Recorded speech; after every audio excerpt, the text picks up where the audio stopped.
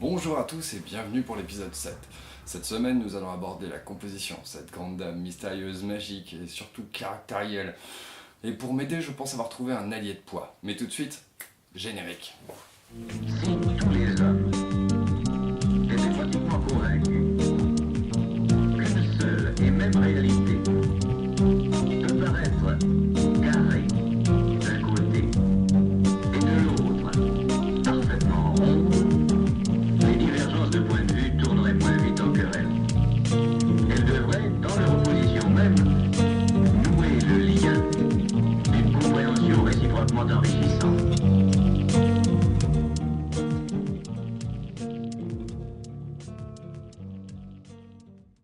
Pour commencer, je vais d'abord vous donner la réponse à une énigme que je vous ai donnée il y a au moins 2 semaines. Comment faire une courbe avec des lignes droites? Je dois avouer que les réponses n'ont pas afflué, mais allons bon. Voici une solution qui doit vous servir. Aucune courbe ne se dessine d'un trait, mieux vaut y aller par morceaux. Cette figure permet de comprendre l'intérêt de se corriger. Mieux vaut tenter un morceau compliqué à dessiner par petits bouts de traits plutôt qu'un seul. On va bientôt aborder les ellipses, mais entraînez-vous d'ores et déjà à maîtriser vos courbes. Les courbes sont les traits les plus compliqués à reproduire. Allez, on attaque tout de suite avec la composition et je vais introduire avec vous un nouvel ami qu'on aura en commun. Bob. Bob. En graphisme, Bob est le symbole classique de l'être humain. Symbole récurrent qu'on ne présente plus d'ailleurs. Secret de Polichinelle, mais voir n'est pas comprendre. Et j'espère vous donner les armes suffisantes pour comprendre. Je vais essayer de perdre personne en route, mais la composition est un petit peu comme une sympathique amie, légèrement frustrante, dont on ne voudrait dire que du bien. Je compte bien vous donner toutes les techniques pour la comprendre sereinement. Donc vous connaissez désormais la composition centrée et le 2 tiers 1 tiers. Et ben voilà, fin du cours, on rentre à la maison. Non, je déconne. Non, je déconne. Le fait est que la composition est importante. Mais ces deux cas-là ne sont valables qu'avec un sujet, homme ou objet, qu'on veut mettre en avant. C'est donc bientôt qu'on va aborder l'optique et la photo, car il y a un facteur majeur à prendre en compte en dessin, l'angle d'optique, ou si vous préférez, les valeurs de plan. Et pour aborder la composition et l'apprentissage du graphisme, on va commencer par les plans les plus serrés pour aller vers les plus larges. On va dézoomer au fur et à mesure pour prendre en compte les plans successifs.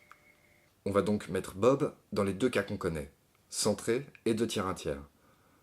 On va parler de leur symbolique, car chaque cas amène une traduction. Centré, le sujet est en avant, on veut montrer l'intérêt qu'on lui porte.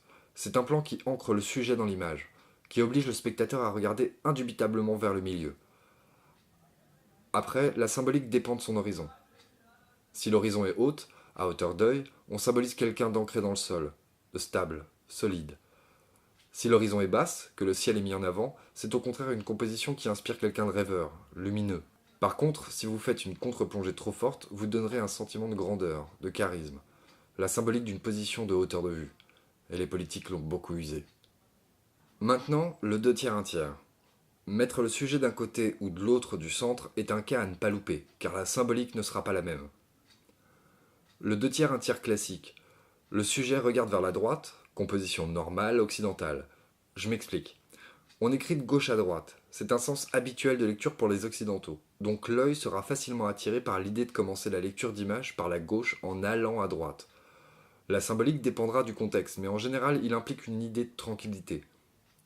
L'asymétrie créée avec le sujet à gauche et un fond à droite plaît à l'œil, car il donne l'impression qu'il y a une ouverture, de l'air, de l'espace. Ce qui nous amène au cas contraire, le 2 tiers 1 tiers avec la personne à droite qui regarde à gauche. Dans ce cas, la symbolique est inversée. On enferme l'espace, on met en avant le décor avec le sens de lecture et on voit ensuite le personnage. Ça ferme le sens de lecture et oblige le spectateur à tourner en boucle dans l'image. Ça peut donner une symbolique intimiste, un face-à-face entre le spectateur et le sujet. Les deux cas évoqués sont deux cas, comment dire, corrects. Ce que je veux dire, c'est que la psychologie qu'on veut donner du sujet est positive dans la majeure partie des cas. Par contre, il y a deux faces sombres de cette composition. Le cas où on met le regard du sujet vers le bord de l'image.